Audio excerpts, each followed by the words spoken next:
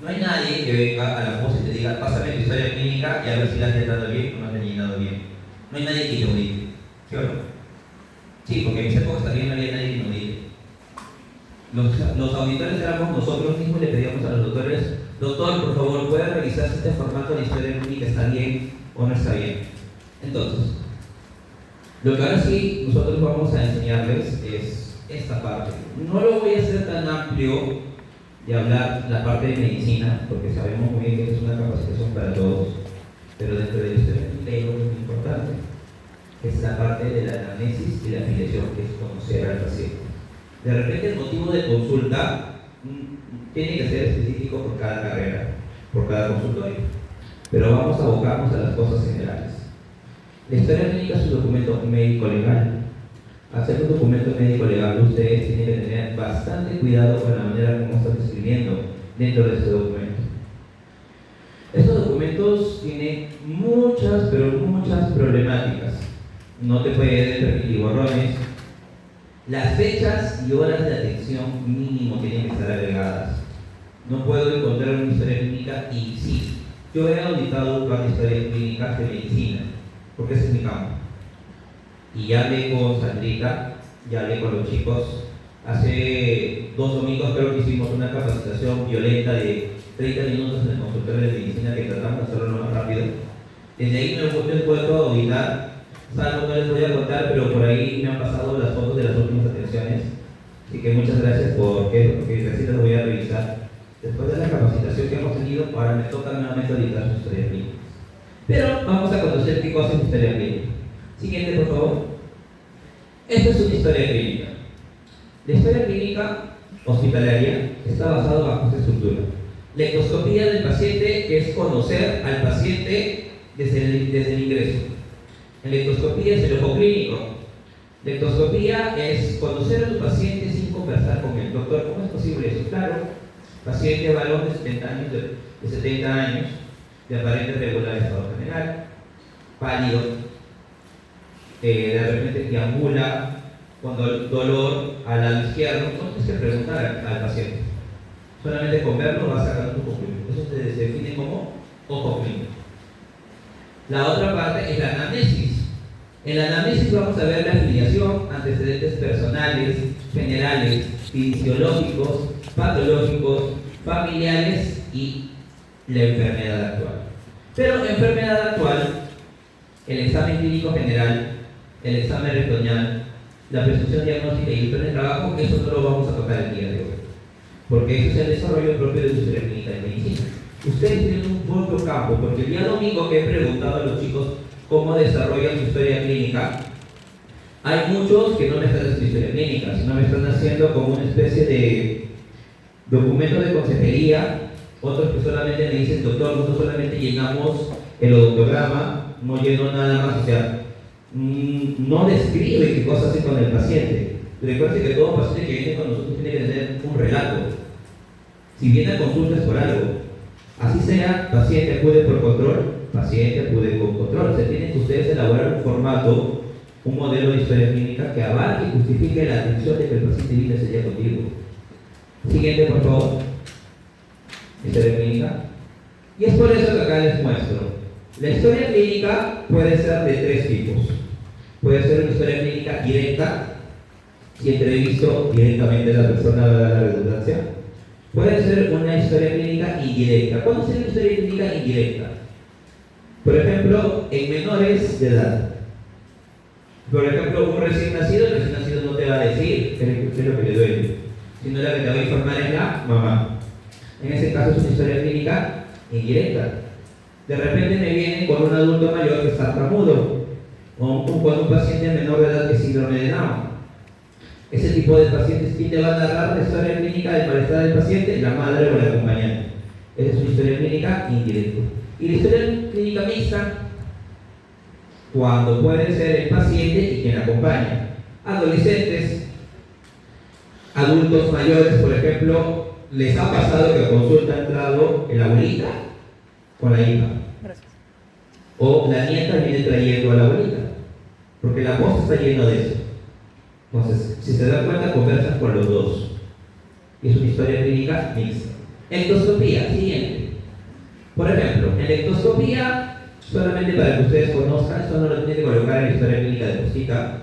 Miren, yo conozco a mi paciente solamente con verlo. Paciente varón, de aproximadamente 70 años, despierto, fase no característica. ¿Qué significa fase no característica? Que no está histérico, no está febril, no es paciente con un cuadro cushinoide, es paciente con un cuadro hipertiroideo con el exhaustal que tiene generalmente. De aparente regular estado general. O sea, es un paciente que está más o menos. Porque si un paciente estuviese en un buen estado general, no tendría por qué venir a una consulta o una atención. Todo paciente que viene a consulta viene por un problema o por una mejora. En posición de cúbito dorsal, aptitudes diferentes, pálido y deshidratado. Toda esta endoscopía es solamente un desarrollo de que yo he visto al paciente. Siguiente. Ahora, con ustedes sí. Nosotros tenemos que conocer a la persona. Y es por eso que es importante que conozcamos apellidos y nombres, DNI del paciente. Eso es un modelo de historia clínica hospitalaria. Solamente se lo estoy presentando para que ustedes lo conozcan. Al final de la exposición tenemos lo que tenemos que llenar en posta. Específicamente la hojita de filiación, que tiene que ayudar a los chicos de historia clínica, triaje y admisión. Porque muchas veces ellos con el correteo de acá para allá, cuando usted llega a la historia clínica, llega una historia para rellenar. Llega al consultorio y sigue en blanco para que le sigan rellenando. Y no sé quién piensa que lo va a rellenar. Y esa hojita lo puede llenar cualquier persona. Entonces, colocamos apellido y nombre del paciente, DNI, fecha de nacimiento, edad, sexo, raza, estado civil. El estado civil es muy importante. Y esto para que le quede a ustedes de experiencia. Por ejemplo, si tengo una menor de edad que viene para la decisión de una transfusión sanguínea, la decisión es por parte de la familia. Tengo de repente una gestante. Hace una mañana estuve dedicando un taller a los chicos de la promoción de 24. Voy a utilizar el mismo ejemplo para que no se mareen. Ejemplo: paciente de 16 años, de 23 semanas de embarazo, llega a la emergencia por sangrado desde hace 2 horas que no se detiene, sangrado vaginal, obviamente. Se le solicita una ecografía transvaginal y se evalúa de que la paciente está con un OSI, el cuello uterino se empieza a abrir. A los 10 minutos la paciente hace un pico febril, pasado los 20 segundos, a los 20 minutos la paciente entra en estado comatoso. Se evalúa de que posiblemente hay que decidir entre salvar la vida de la madre o la vida del pequeño. 16 años. Y yo he colocado en el estado civil soltera. ¿Quién define lo que se hace con el paciente? Con la gestante. ¿Los padres o la pareja de la gestante? Los padres. Y si dijera conviviente, los padres, muy bien. Y si dice casada, ahí recién lo asume el esposo. Si se dan cuenta, esa decisión desde la historia clínica ustedes van a colocar y van a catalogar para decidir qué se hace con el paciente. Grado de instrucción y ocupación. El grado de instrucción es muy importante porque hay varios textos y artículos que nos mencionan de que las enfermedades también son socioculturales, que mientras que el paciente tiene mayores estudios, menos enfermedades que cursan con el estrés desarrolla. Por ejemplo, síndrome metabólico, se espera que los profesionales tengamos menos enfermedades de síndrome metabólico como hipertensión y diabetes, cosa que sí es recurrente en personas de bajos estudios con nivel sociocultural. No lo digo yo, lo dicen los artículos de salud pública. ¿Qué más tenemos? Ocupación. La ocupación es importante. Por ejemplo, yo sé que ha habido un grave problema en posta, y es que todo el mundo se ha vuelto muy centrista en su carrera. ¿Qué significa? De que no hace interconsultas. Algunos de ustedes, y quiero que me levanten la mano, ha hecho una interconsulta para algún otro servicio. Ya, ¿creen? ¿Para dónde es interconsulta? Ya, muy bien. ¿Hay otro servicio que ya ha hecho interconsulta? ¿Servicio? Obstetricia. ¿A quién has hecho tu consulta? Muy bien. Pero hace mucho tiempo en los otros servicios yo no veo las interconsultas. Acá hay dos servicios que lo están haciendo. Felicitaciones por eso. ¿Por qué? Porque el paciente muchas veces va a llegar a su consultorio de ustedes por un malestar, por una dolencia o por una consejería. Ustedes se dedican a dar la atención de la consejería, pero no se dan cuenta que si de repente me llega una paciente por dolor abdominal, o vámonos a otro caso, me llega a psicología una pacientita que está muy deprimida, que ha perdido a su esposo hace 2 meses, su hijo se ha puesto rebelde porque ante la ausencia del padre ya el hijo no quiere hacerle caso, pero también me he dado cuenta que la paciente al sonreír le faltan dientes, que la paciente me tiene un peso de 94 kilos con una talla de 1,50 m. Pregunta como psicología, ¿hacen la interconsulta para que pase por nutrición y odontología? ¿Lo han hecho? No lo hacen, deberían hacerlo. Por eso les digo, la ocupación y el grado de instrucción nos va a ayudar a todo eso. ¿A qué toco esto? Imagínate, te digo lo siguiente, seguimos con psicología. Te llega un paciente que te dice que trabaja de chofer, que tiene un dolor de cintura que no va contigo, pero que está muy sobrecargado por el estrés por el trabajo. Pero dentro del relato te dice, señorita, yo trabajo desde las 11 de la noche hasta las 10 de la mañana del día siguiente. A veces inicio con ardores al orinar y tengo molestias a nivel de la cintura. Pero como tú estás enfocada solamente en el estrés del trabajo, por el resto, no lo derivas. ¿A dónde tendrías que derivar? A medicina. Porque por trabajos hay patologías comunes y todavía te dice, señorita, yo ahora tengo mi carrito, pero hace 10 años atrás yo trabajaba de estibador. Y actualmente cada vez que cargo una mochila me empieza a dar un punzón acá en la parte de la espalda.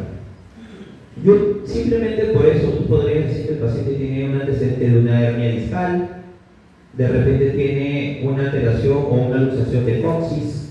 O sea, podemos empezar a derivar dependiendo del trabajo que tiene el paciente. Vamos a obstetricia. Tienes una pacientita, mujer de 54 años, que viene por planificación familiar, pero dice que trabaja, que es profesora de educación inicial. Pero contigo solamente viene por plan. ¿Lo dejarías solamente en plan o derivarías?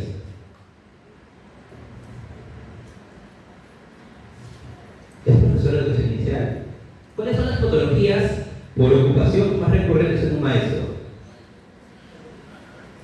Estrés, muy bien, aquí derivas. Por más que la paciente no te lo pida, tú dale, manda la psicología. Llena la psicología de los pacientes. Y los demás servicios, llene a sus demás servicios de más pacientes. Obstetricia, ¿cuántos pacientes hace por domingo? La pizarra del domingo pasado la he visto vacía, pero han visto un paciente que ha sido la extracción del IU.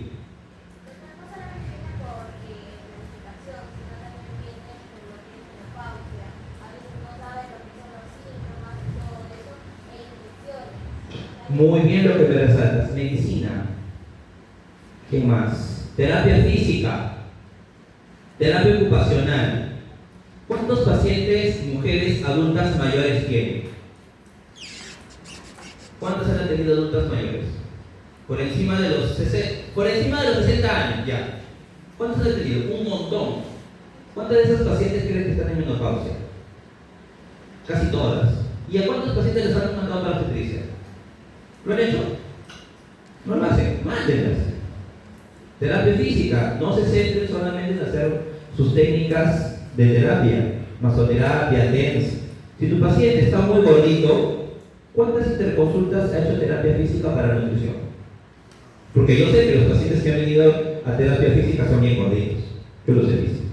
¿Cuántos han hecho interconsulta para nutrición? ¿O han hecho alguna interconsulta? No han hecho interconsultas. ¿Se han hecho interconsultas? ¿Los han mandado?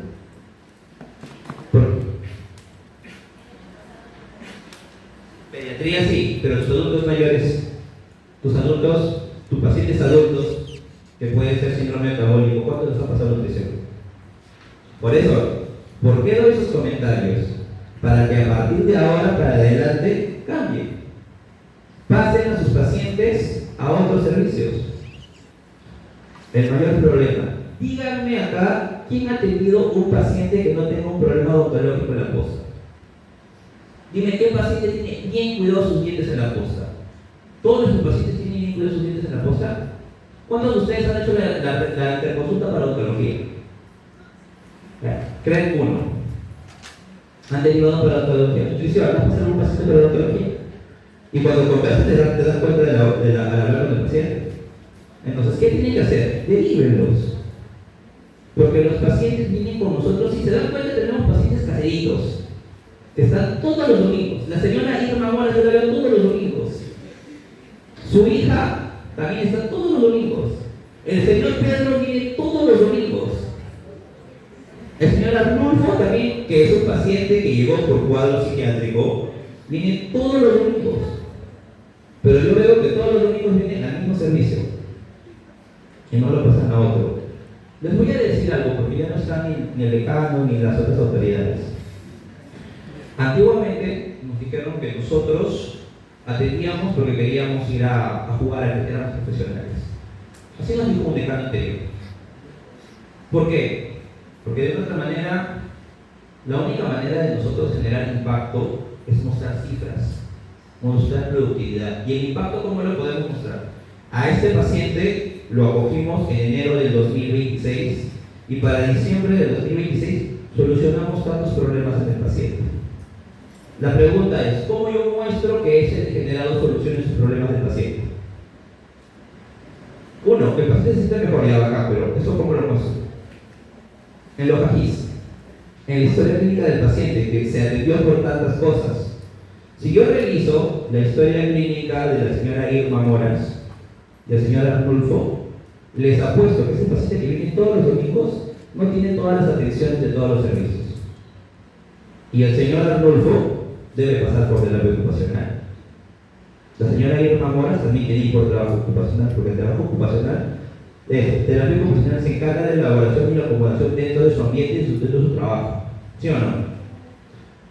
Acá solamente un pequeño cachito, y los chicos de medicina ya conocen a la señora Irma Moras.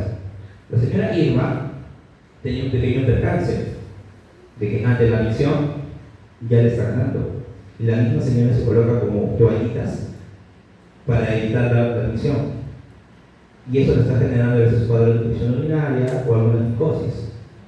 Yo te pregunto, ¿ese paciente lo podría pasar a terapia ocupacional para que le dé algún apoyo o mejora durante su trabajo? ¿Podrían hacerlo? ¿Lo pueden manejar?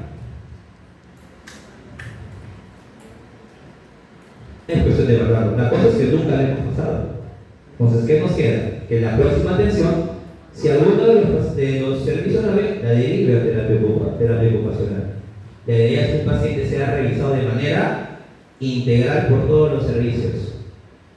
Entonces, si se dan cuenta, todos nuestros pacientitos, adultos mayores, tienen que pasar por lo menos cada 3 meses por laboratorio. Todos los pacientes deberían pasar por odontología. Todos los pacientes menores de 5 años deberían pasar por crecimiento y desarrollo. Todos. Todas las mujeres en etapa reproductiva tienen que pasar por obstetricia, al menos para consejería y charla. Entonces, con eso generamos productividad. El paciente, ¿por qué viene a posta? Porque quiere pasar por medicina, porque hay necesitas programadas. Pero si se dan cuenta, caemos en el mismo círculo vicioso que el sistema de salud está haciendo. Y no caigamos en eso, seamos mejores en este sistema. Porque si se dan cuenta, nuestra cosita es utópica. Tiene todas las carreras, porque ustedes van a cualquier clínica y todas las clínicas no tienen todos los servicios que nosotros tenemos. Es utópica, porque en nuestra posta, obstetricia y enfermería se llevan bien. Si ustedes se dan cuenta y van a los hospitales, eso no pasa así. En nuestro servicio o en nuestro lugar, todos ustedes trabajan de manera coordinada y lo hacen bien. Pero tenemos que demostrar algunas cosas. Y todo parte de conocer la historia clínica. Por eso que es importante saber la ocupación, porque según la ocupación, yo voy a saber qué patologías tiene un paciente. ¿Ok? Un paciente que trabaja en pintura, ¿a qué está expuesto? ¿Qué patologías puede tener un paciente que trabaja pintando o paciente que trabaja literalmente en lo que es cerrajería metálica? Dígame, con fuerza, ¿qué tenemos? Problemas respiratorios por el uso de la pintura. Ya, ¿qué más? Accidentes por las instalaciones que puede hacer. ¿Qué más? El soldador, lesiones oculares por el uso de la soldadura. Chicos, ustedes como personal de salud dan diagnósticos no solamente del médico. Ustedes pueden dar diagnósticos. Porque les ha pasado que cuando están en casa y hay un paciente con fiebre en casa o un familiar que está golpeado, ¿no le preguntan a ustedes qué hacer? Nos ha pasado eso, porque lo hacen con nosotros, los que estudiamos medicina desde el primer año nos preguntan. Y en primer año, ¿sabes algo de medicina? No sabemos nada en primer año. Y nos empiezan a preguntar por patologías súper mega complejas que piensan que tú ya conoces todo. ¿Qué vas a conocer en primer año de medicina? Y encima estudiando estudios generales. ¿Es cierto? Ahora, nos vamos al lugar de nacimiento. ¿Hay patologías propias del lugar de nacimiento? Sí. Por ejemplo, en la mañana les contaba a los chicos una experiencia que tuve cuando estaba en cuarto año de medicina. Me tocó atender en mi educación de medicina interna a una paciente de 18 años. Tenía una bebé de aproximadamente 1 año y medio. Y esta paciente llega a la emergencia por un cuadro de dificultad respiratoria, disnea. Se agitaba a caminar. Y me cuenta que tiene un antecedente que hace 6 meses en el hospital de Chiclayo fue atendida porque se le hincharon las piernas. Ya también tenía dificultad respiratoria y no le detectaron más. Como llegó por emergencia por dificultad respiratoria, nosotros dijimos es un problema cardiovascular y el presidente de la noche le hizo un ecocardio. Al hacer un ecocardio nos dimos cuenta que la fuerza con la que el corazón bombeaba estaba por debajo del 20%. Para los que están por acabar la carrera, saben muy bien que la presión de inyección ventricular debe ser por encima del 75%. ¿Sí? Por debajo del 40% ya se habla de que el paciente debe ser considerado para trasplante cardíaco. La chica figuraba con un FEBI con una presión de inyección ventricular del 20%. Era enorme, estaba muy mal. ¿Ya? ¿Qué pasó con esta paciente? ¿Por qué lo cuento? La paciente había nacido en Uchiza, la selva del Perú. Y dentro de la anamnesis que yo le había hecho como estudiante, ella me cuenta que cuando tuvo 10 años, 9 años y 12 años, ella hizo 3 cuadros de fiebres muy elevadas. Posiblemente el diagnóstico que le dieron era un mal de Chagas. Las complicaciones del mal de Chagas, ¿cuáles son? De que puede generar una cardiolegalia.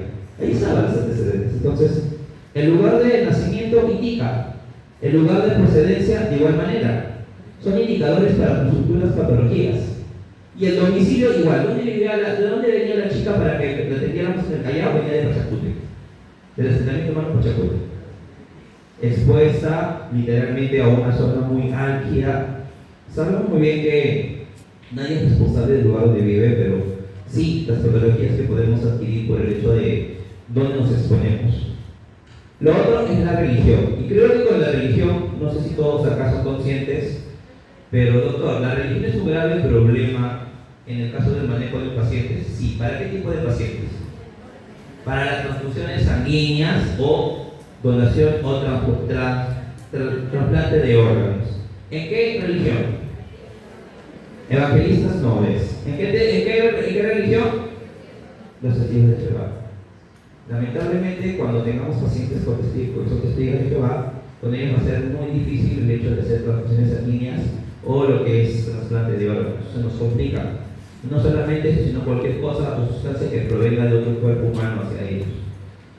Más que todo, lo que ya estamos tocando son temas generales.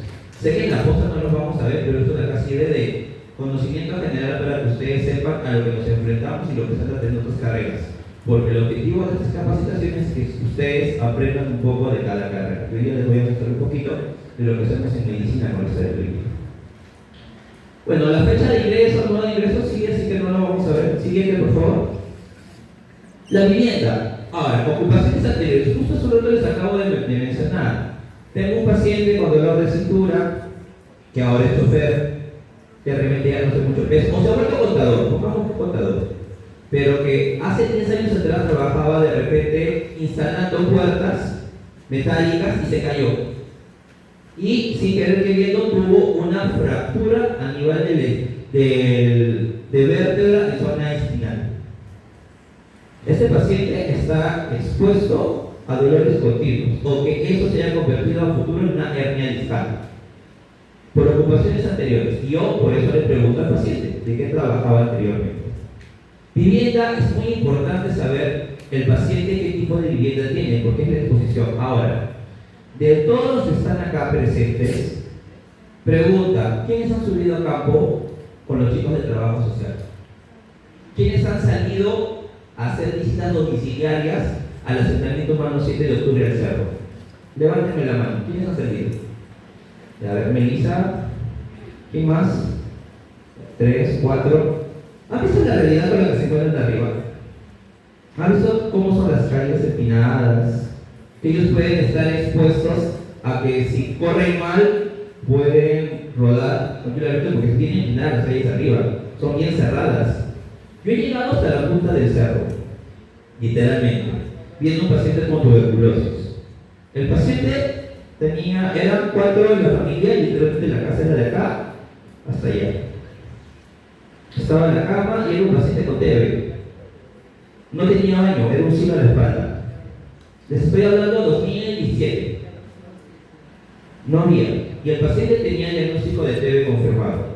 Y no tenía un lugar aislado donde dormir, porque era una misma habitación donde había un camarote, dormían los papás abajo, el hermano arriba y él dormía en otro costadito. Tenía su cocina a un costado y la lavandería, que era como una especie de un baldecito con un lavatorio a un costado. Así era la manera como vivía. Ese fue en 2017. O sea, 8 años atrás.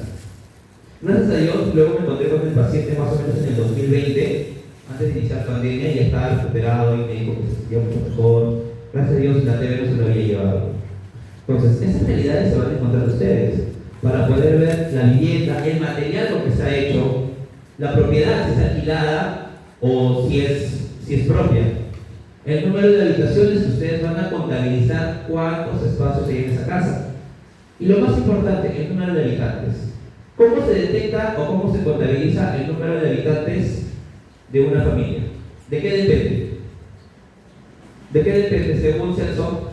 El INEGI, ¿qué nos dice? ¿De dónde? Depende de cuántas personas comen de la olla familiar.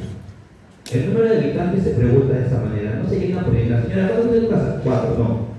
¿Cuántas personas comen de la misma olla familiar? Ese es el número de habitantes que tú colocas en la historia clínica. ¿Ya? Luego tenemos suelo, techo, animales domésticos. ¿Por qué es importante colocar los animales domésticos a los de crianza? ¿Por qué es importante? Porque hay patologías propias, por ejemplo, que una persona viva con muchos gatos, enfermedad del arañazo del gato, toxoplasmosis. De repente el paciente que todavía vive aquí en Lima, en la posta donde estamos, y cría animales, puede generarse una enfermedad que es similar a la tuberculosis, que es la criptococosis. ¿Sí? Entonces tenemos que nosotros darnos cuenta cuáles son las patologías que se van dando por lo que va teniendo. Luz, agua, desagüe, porque toda la ausencia de muchos de estos casos, chicos, genera un aumento de estrés. Y con el aumento de estrés las patologías aumentan, se difuminan más, son más predecibles algunos pacientes. Y lo otro que vamos a ver son los hábitos nocivos. Generalmente acá los pacientes no suelen decirnos la verdad. Tú le preguntas al paciente si consume alcohol, si consume cigarrillos, si consume drogas, y la gran mayoría niega. Sí, doctor, yo consumo, pero de vez en cuando. Le colocas como bebedor social. Pero hay personas que sí son sinceras y dicen, doctor, ¿sabe que yo sí todos los fines de semana estoy tomando?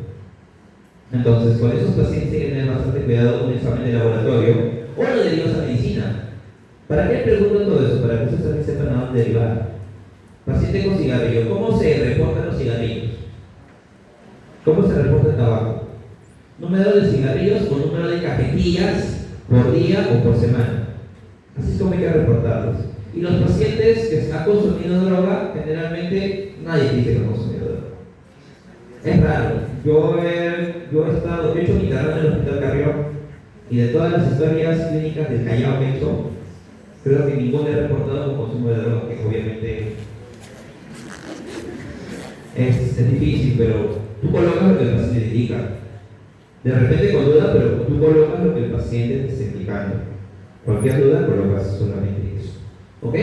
Y las residencias anteriores o los viajes anteriores, porque puede ser, como les dije, una enfermedad muy común es la criptococosis, que está dado por las heces de las aves.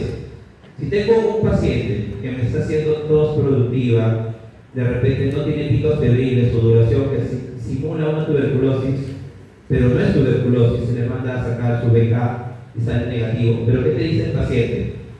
Que hace 3 meses atrás se fue a Pico María, a la cueva de las lechuzas. Ya ha hecho un paseo de varios días por la cueva de las lechuzas. Se le puso criptococosis. Simplemente porque en su último viaje, pues siempre es bueno preguntar viajes recientes en los últimos 6 meses o viviendas anteriores en los últimos 6 meses. Porque de repente estuvo en el extranjero y en el extranjero nos trajo una patología que no es recurrente. Ustedes saben muy bien que por norma técnica de inmunizaciones, ¿hace cuánto fue reportado el último paciente con polio en el Perú? ¿Creen? En el año 91 fue reportado el último paciente con polio. Pero creo que tuvimos una alerta de polio hace poco. ¿Por qué? Porque tuvimos visitantes de otros países que en su esquema nacional ellos no tenían la cobertura completa de polio. ¿Sí? Entonces, eso también es un indicador. Residencias anteriores. Todo esto es para ver temas de salud, muchachos. Por algo que está en la historia. Siguiente, por favor. Esto sí, más que todo, nuestras compañeras de obstetricia son unas capacitando eso. Pero es importante que nosotros veamos y preguntemos al paciente continuo. Más que todo este tema lo voy a tocar para que lo veamos continuo y que si tú haces las preguntas de manera segura, sin reírte, sin mostrar timidez, el paciente te va a responder con total tranquilidad. Como les dije, ustedes los domingos son profesionales. Los domingos ustedes son las licenciadas, son los tecnólogos, son los médicos encargados. Ustedes tienen que comportarse a la altura. Bajo eso, preguntar estas cosas de acá no van a tener por qué generar esta duda o ese temor o ese tabú en el paciente.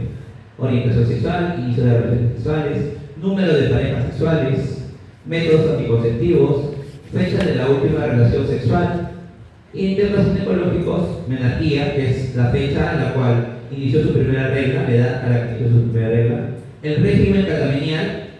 ¿Alguien sabe qué cosa? ¿Alguien no sabe qué es el régimen catamenial? ¿Qué es el régimen catamenial? Sí, tú. ¿No sabes qué es el régimen catamenial? El régimen catamenial es una fracción que nosotros vamos a colocar preguntándolo a las mujeres en edad reproductiva. El numerador es el número de días de sangrado y el denominador es el número de días que dura su ciclo menstrual. Por ejemplo, si la paciente me dice que regla 5 días, o sea, sangra 5 días y le viene cada 28 días, ¿cómo voy a colocar el régimen catamenial? 5 sobre 28. Doctor, pero yo soy irregular. Entonces puedes colocar 5 sobre irregular, pero lo vas reportando lo que es el régimen catamenial. Y otro que es importante, la fecha de la última regla.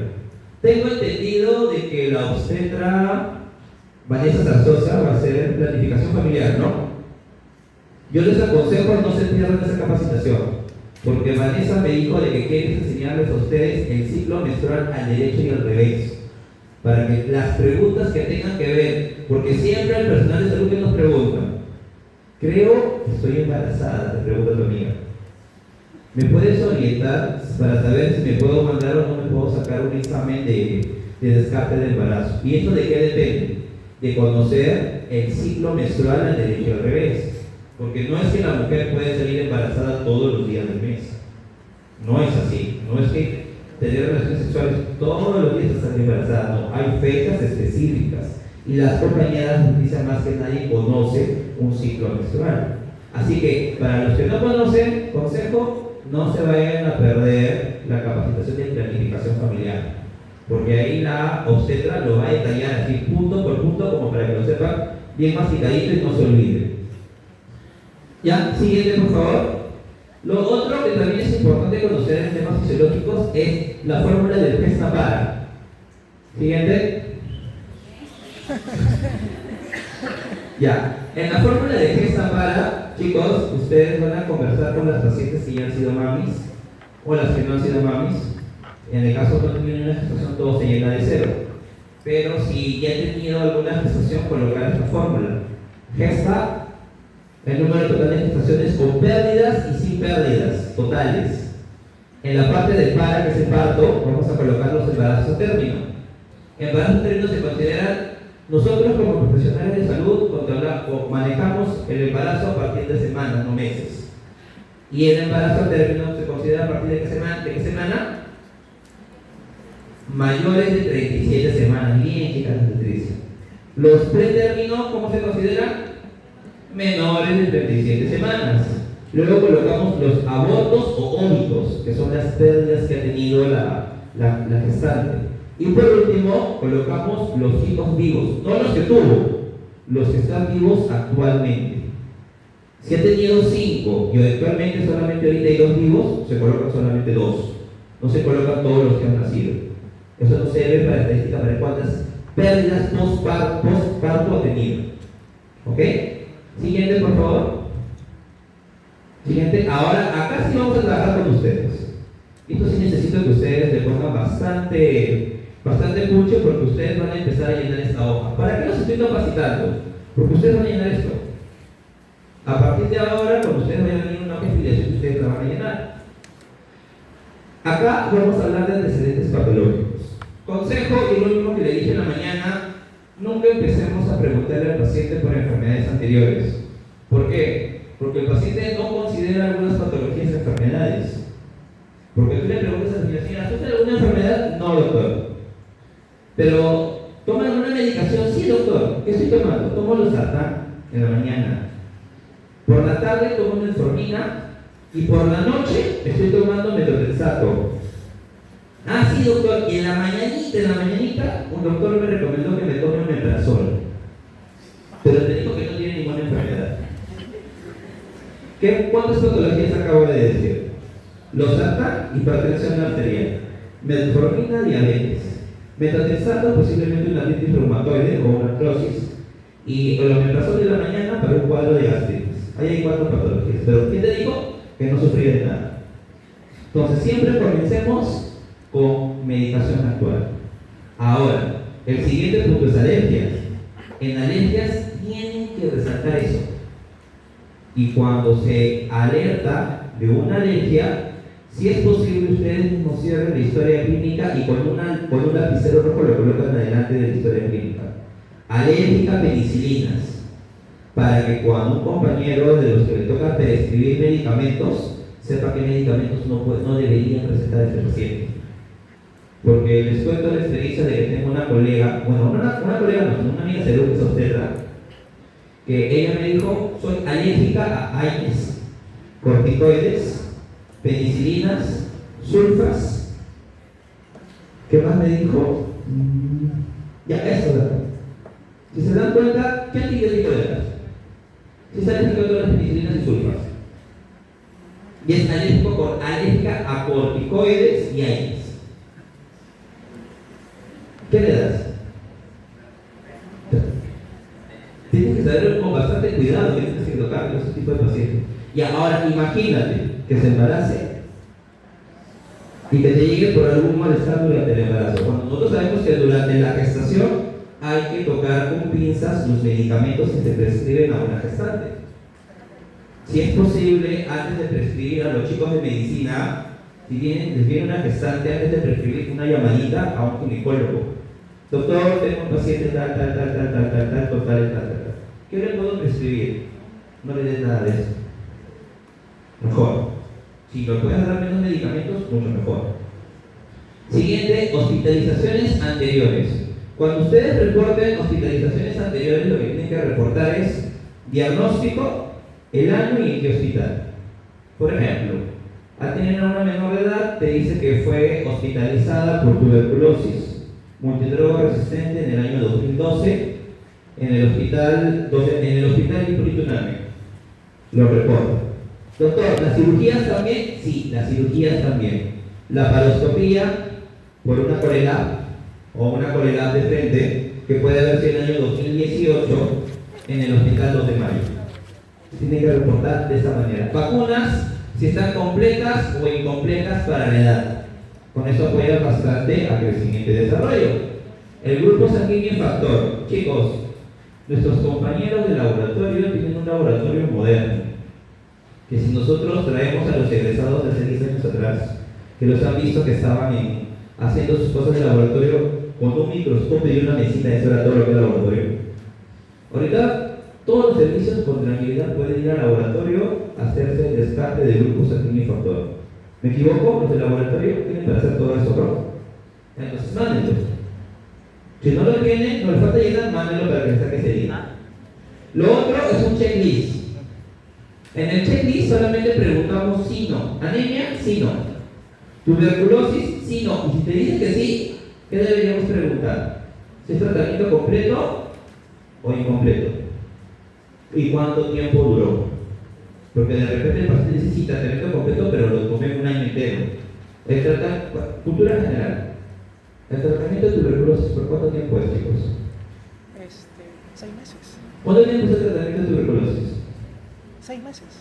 ¿Cuánto tiempo es? La sensible, la más sencilla. ¿Cuánto tiempo es? ¿Qué? ¿6 qué? 6 meses. ¿Cómo se parte esos 6 meses? 2 meses y 4 meses. Los 2 primeros meses con medicamento diario y los últimos 4 meses que es la fase de profilaxis, que es lo que hacemos interdiario. ¿Sí? Pero son 6 meses. Entonces, si te dicen que tomó por un año, ¿no te llamaría la atención? ¿Por qué se le dio un año? Tendrías que ponerte a averiguar eso. Entonces lo recalcas para que ese tratamiento de tuberculosis se revise. ¿Por qué duró más de 6 meses? Posiblemente porque tuvo recaídas. Posiblemente porque cada mes seguía dando positivo para TB. Porque lo correcto es que con la medicación del primer mes ya las cruces no aparezcan. Salga negativo durante el primer mes, pero tiene que completar todavía sus 2 primeros meses, que es la fase más fuerte, la fase latente. ¿Ok? ¿Qué más vamos a preguntar? Diabetes, hipertensión. Acá les voy a contar una experiencia.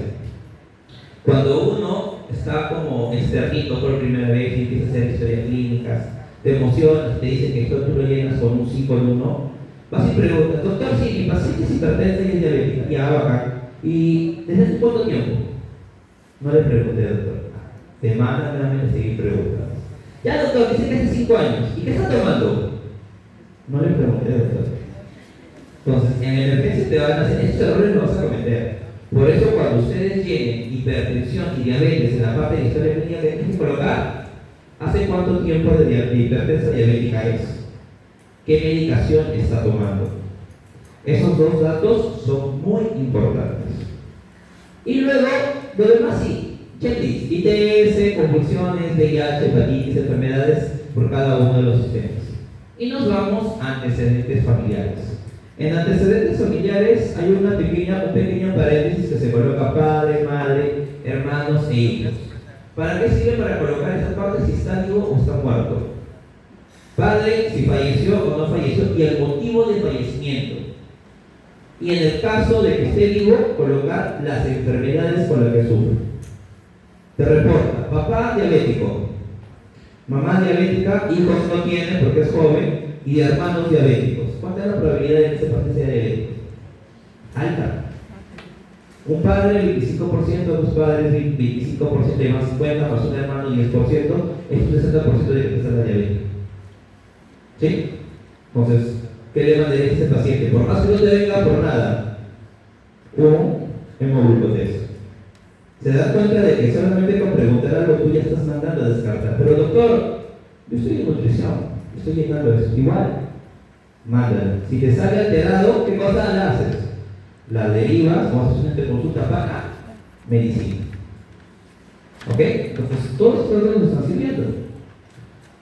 Igual, siempre reportar si hay alguna patología más en padre, madre. Imagínense, padre, cáncer gástrico, madre, cáncer de ovario, cáncer de mamas, hijo, leucemia. ¿Hay una posibilidad de que esta paciente tenga un tipo de cáncer? Sí. Entonces, aconsejas a que haga los descartes y supervisiones correctos cada año de tal patología. Siguiente, por favor.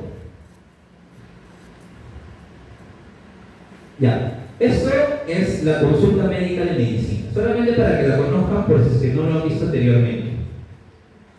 Un médico tiene que preguntar en su consulta el tiempo de enfermedad, la forma de inicio, el curso de la enfermedad, los signos más importantes que nos trajo a la consulta y el paciente te va a relatar.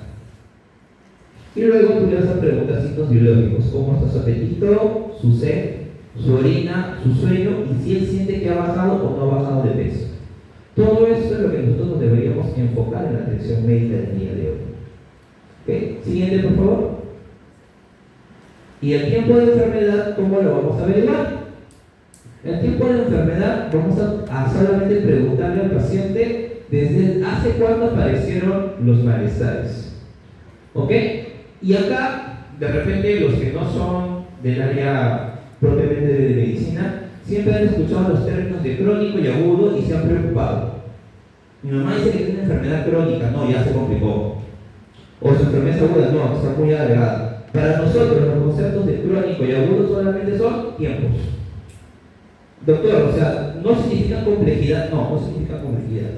Solamente le dan un nombre y apellido que son tiempos. Algo es agudo cuando ese malestar tiene menos de 2 semanas. Si yo te digo, doctor, desde el día de ayer he estado sin exposiciones y me duele la garganta, tengo 2 días con irritación de garganta, estoy con una faringitis aguda. Pero si estoy con una tos, irritación de garganta, que ya está persistiendo más de 2 semanas, llegando casi un mes, o mejor aún, ya estoy 2 meses con este malestar, esa faringitis se define como faringitis crónica. Tengo un dolor de cintura que empezó el día de ayer, porque hice un mal movimiento bajando del carro. Y desde ayer nada más me está molestando. Esa es una lumbalgia aguda.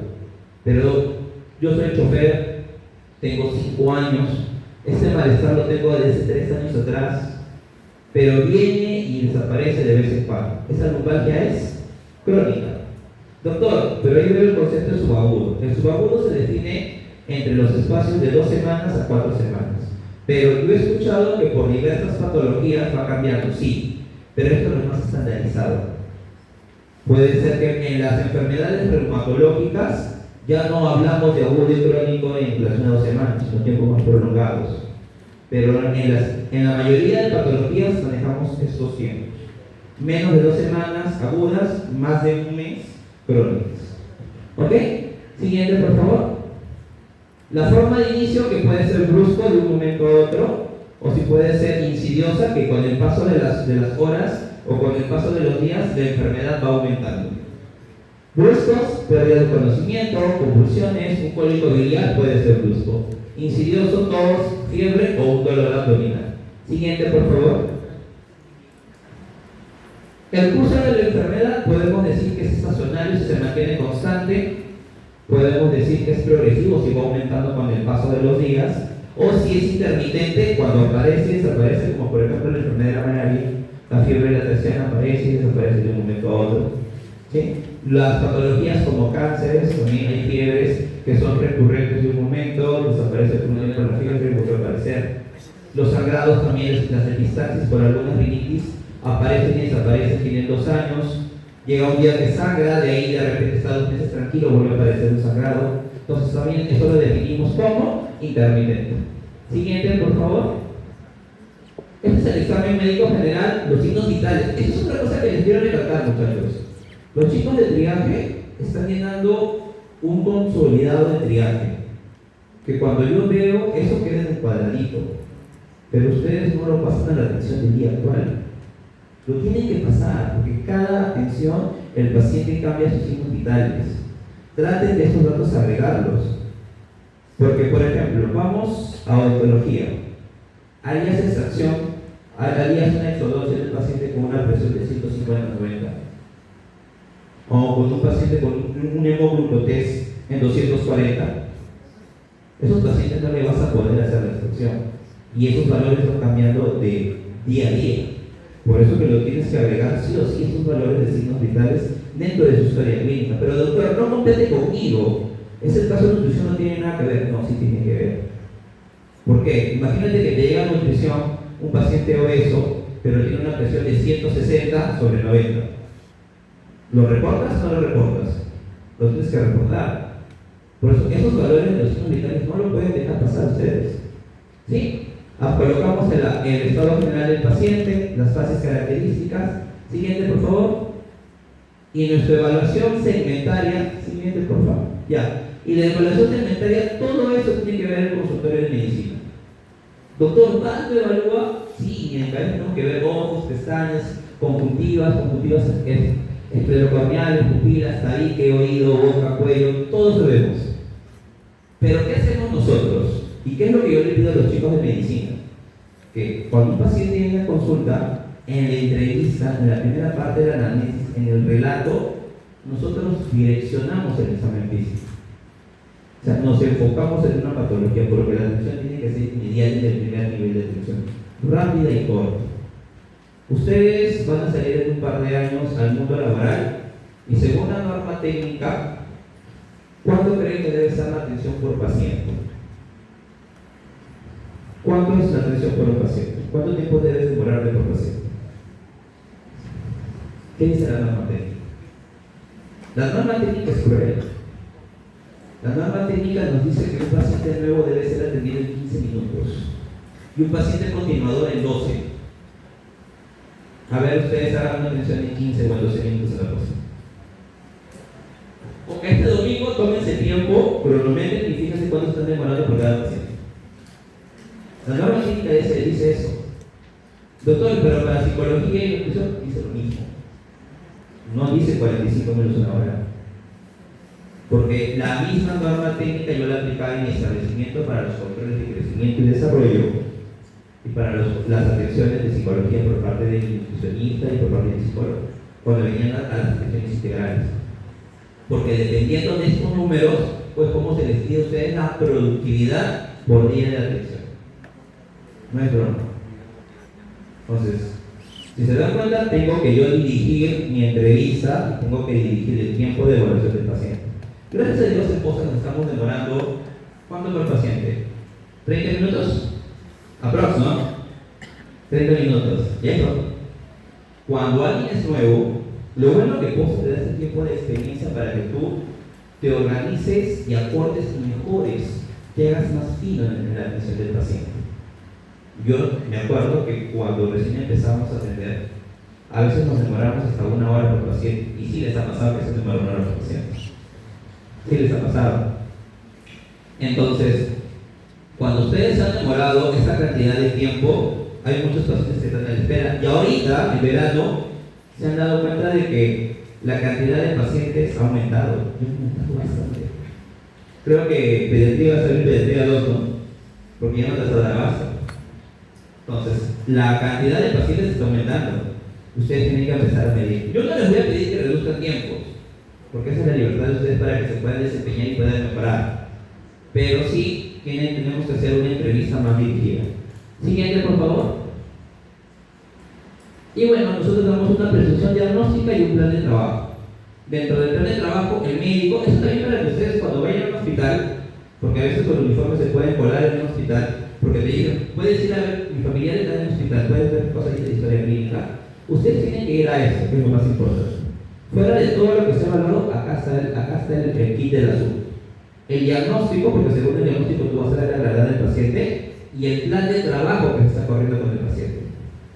Siempre el plan de trabajo tiene una estructura. Para los chicos de nutrición, creo que es para todos. Siempre la primera parte va para ellos.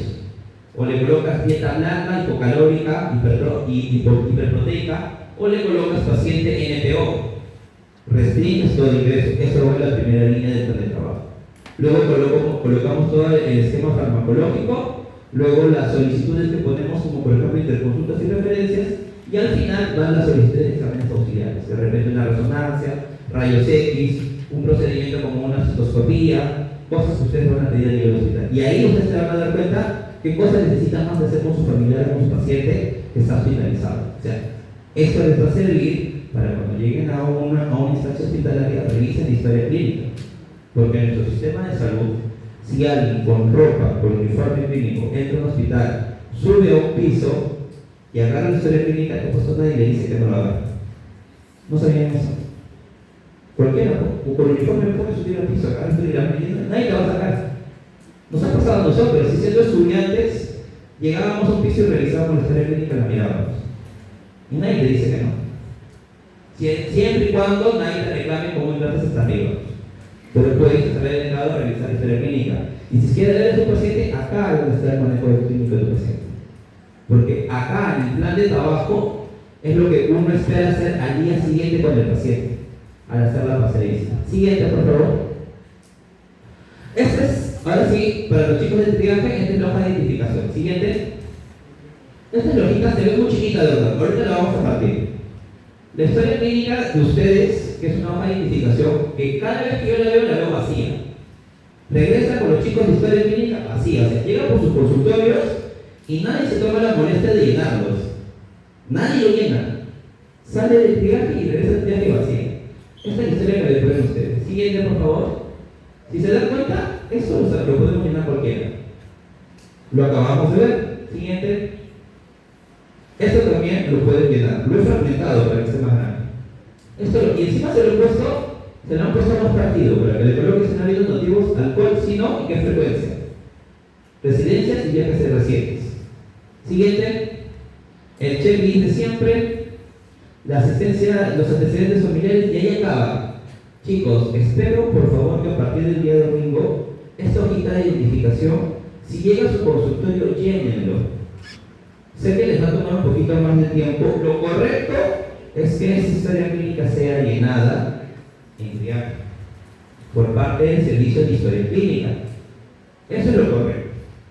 Pero si llega a tu consultorio y está vacío y tú estás más tiempo con el paciente, es ilógico que esta historia clínica regrese vacía a historias clínicas.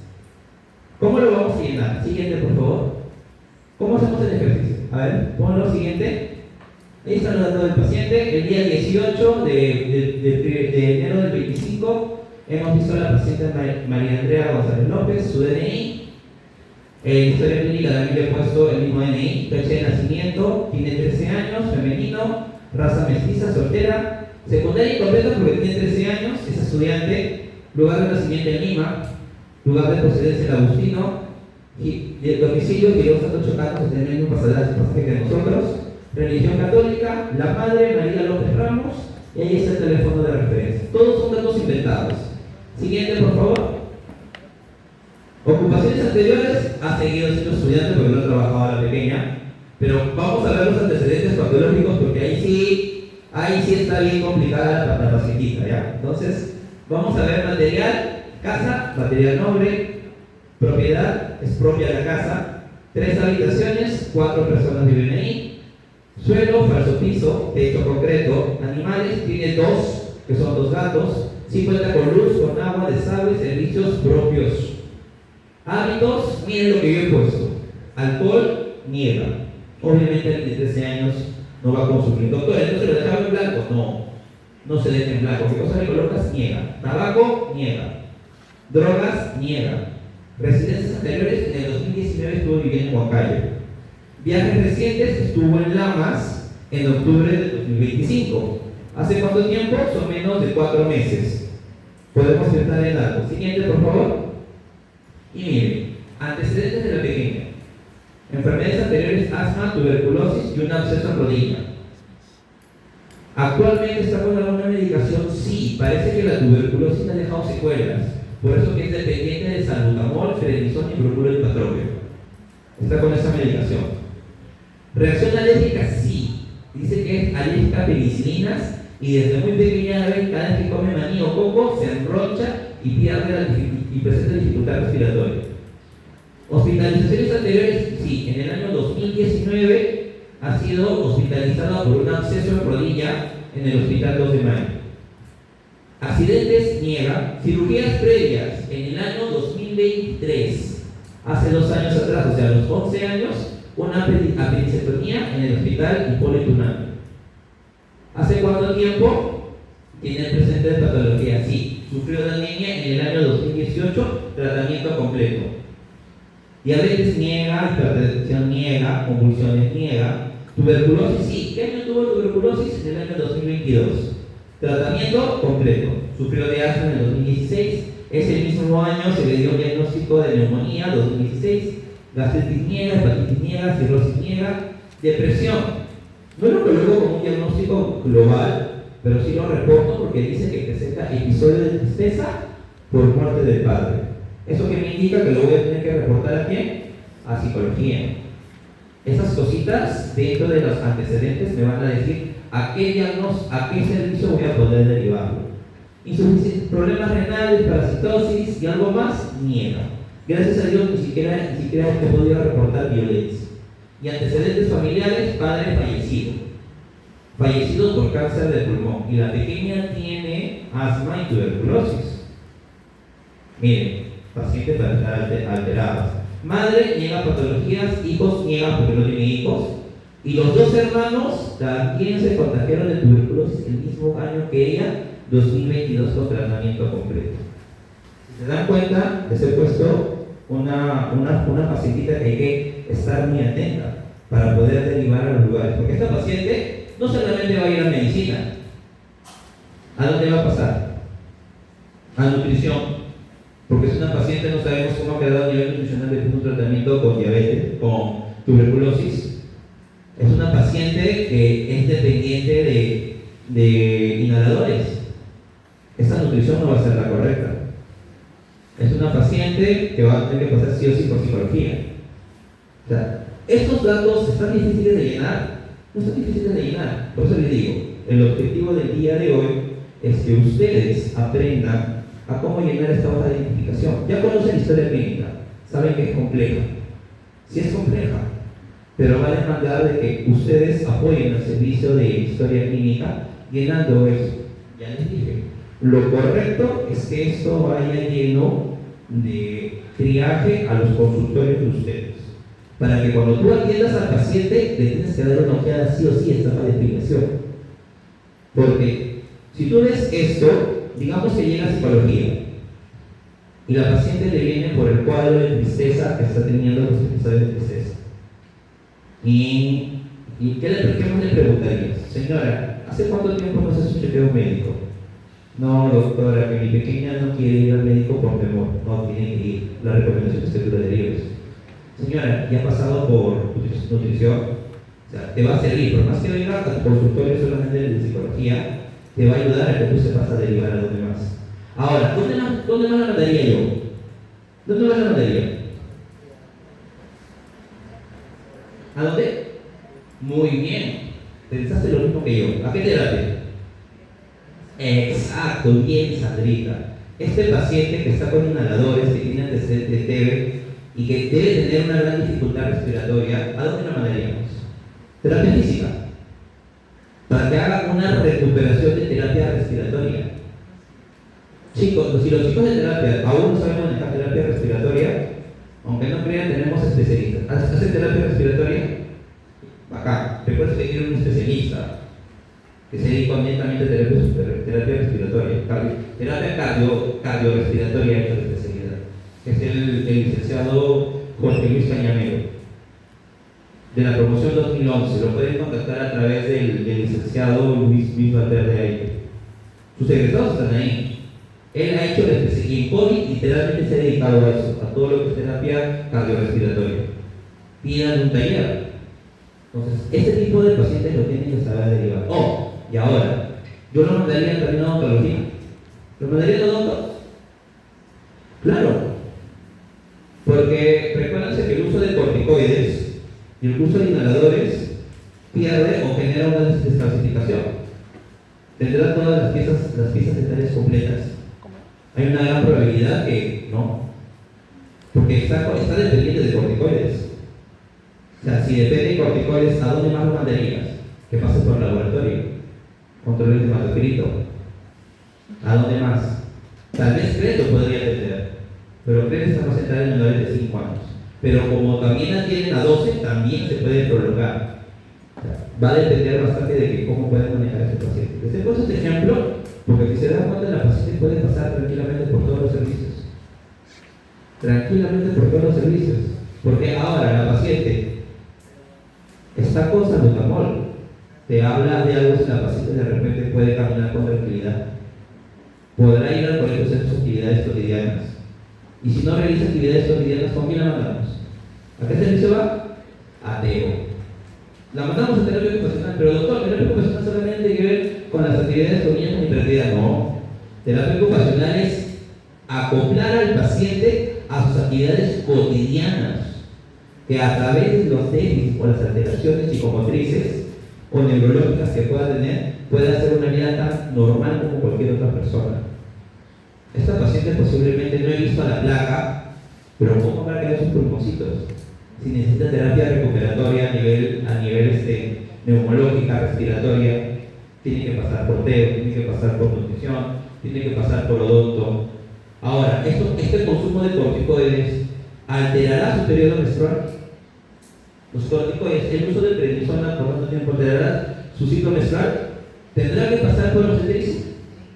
Tiene que pasar por obstetricia. En pocas palabras, esta paciente va a pasar por todos los servicios.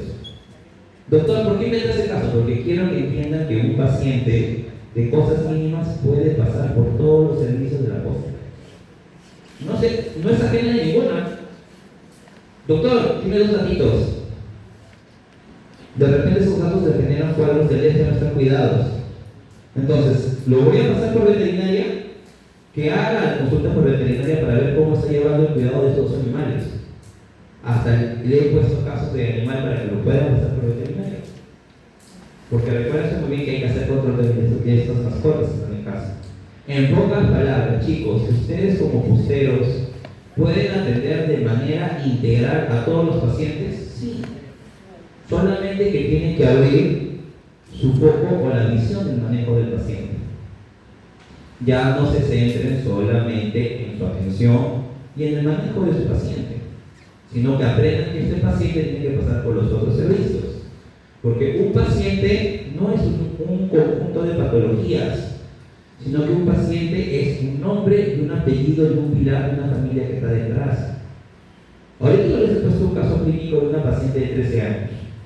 Pero ¿qué tal si pusiéramos una señora, paciente de 50 años, madre soltera, 5 hijos? El hijo mayor tiene 13 años, el hijo menor tiene 2 años.